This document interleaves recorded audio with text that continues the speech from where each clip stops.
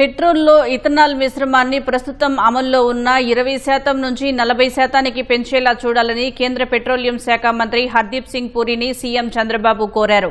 కేంద్ర మంత్రితో చంద్రబాబు ఫోన్లో మాట్లాడారు. బ్రెజిల్ లాంటి దేశాల్లో ఇథనాల్ మిశ్రమం అత్యధిక స్థాయిలో ఉన్న విషయాన్ని ప్రస్తావించారు.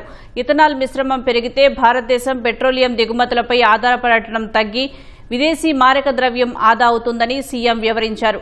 ఇప్పటికే దానిపై కేంద్రానికి ఓ లేఖ రాసినట్లు సీఎం తెలిపారు. ఇథనాల్ మిశ్రమం పెంపు నిర్ణయాన్ని వేగంగా అమలు చేయాలన్నారు. కేంద్రం చేపట్టే ఈ చర్యల వల్ల చమురు దిగుమతులు తగ్గి దేశ ఇంధన భద్రత పెరుగుతుందని తెలిపారు. ఇప్పటికే ఇథనాల్ మిశ్రమం వల్ల 1.1 లక్షల కోట్ల మేర విదేశీ మారక ద్రవ్యం ఆదా అయిందని వివరించారు. అలాగే 500 లక్షల టన్నుల కర్బన ఉద్గారాలు తగ్గాయని స్పష్టం చేశారు. ఇథనాల్ తయారీ వల్ల చెరుకు, మొక్కజొన్న రైతులకు అదనపు ఆదాయం వస్తుందన్నారు.